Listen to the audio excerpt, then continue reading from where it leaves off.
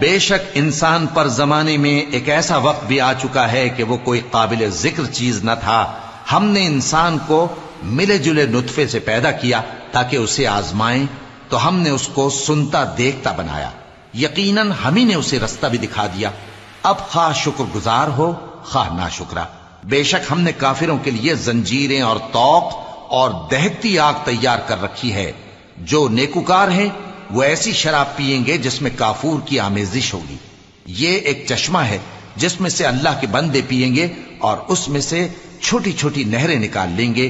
یہ لوگ نظریں پوری کرتے ہیں اور اس دن سے جس کی سختی پھیل رہی ہوگی خوف رکھتے ہیں، اور باوجود کہ ان کو خود کھانے کی چاہت ہوتی ہے مگر فقیروں اور یتیموں اور قیدیوں کو کھلاتے ہیں، اور کہتے ہیں کہ ہم تم کو محض اللہ کی خوشنودی کے لیے کھلاتے ہیں، نہ تم سے بدلہ چاہتے ہیں اور نہ شکر گزاری.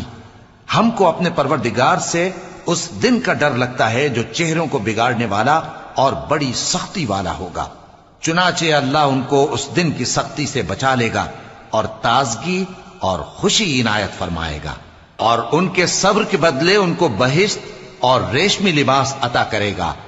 اس میں وہ تختوں پر تکیے لگائے بیٹھے ہوں گے.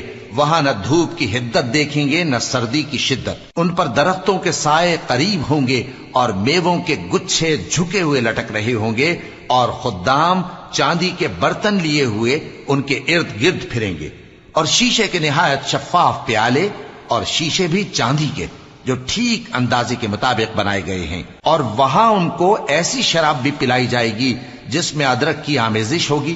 یہ بہشت میں ایک چشمہ ہے جس کا نام سلسبیل ہے، اور ان کے پاس لڑکے آتے جاتے ہوں گے جو ہمیشہ ایک ہی حالت پر رہیں گے.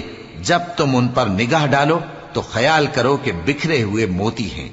اور بہشت میں جہاں آنکھ اٹھاؤ گے کثرت سے نعمت اور عظیم الشان سلطنت دیکھو گے. ان کے جسموں پر دیبا اور اطلس کے سبز کپڑے ہوں گے، اور انہیں چاندی کے کنگن پہنائے جائیں گے، اور ان کا پروردگار ان کو نہایت پاکیزہ مشروب پلائے گا. فرمائے گا یہ تمہارا صلہ ہے اور تمہاری محنت ہمارے ہاں مقبول ہوئی.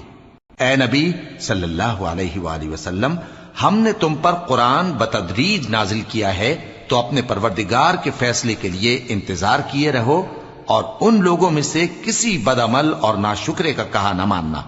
اور صبح و شام اپنے پروردگار کا نام لیتے رہو، اور رات کو بڑی دیر تک اس کے آگے سجدے کرو اور اس کی پاکی بیان کرتے رہو. یہ لوگ دنیا کو دوست رکھتے ہیں اور قیامت کے بھاری دن کو پس پشت چھوڑے دیتے ہیں. ہم نے ان کو پیدا کیا اور ان کے جوڑ جوڑ کو مضبوط بنایا، اور اگر ہم چاہیں تو ان کے بدلے انہی کی طرح اور لوگ لے آئیں. یہ قرآن تو نصیحت ہے، جو چاہے اپنے پروردگار کی طرف پہنچنے کا راستہ اختیار کر لے، اور تم کچھ بھی نہیں چاہ سکتے مگر جو اللہ کو منظور ہو. بے شک اللہ جاننے والا ہے، حکمت والا ہے. وہ جس کو چاہتا ہے اپنی رحمت میں داخل کر لیتا ہے، اور ظالموں کے لیے اس نے دکھ دینے والا عذاب تیار کر رکھا ہے.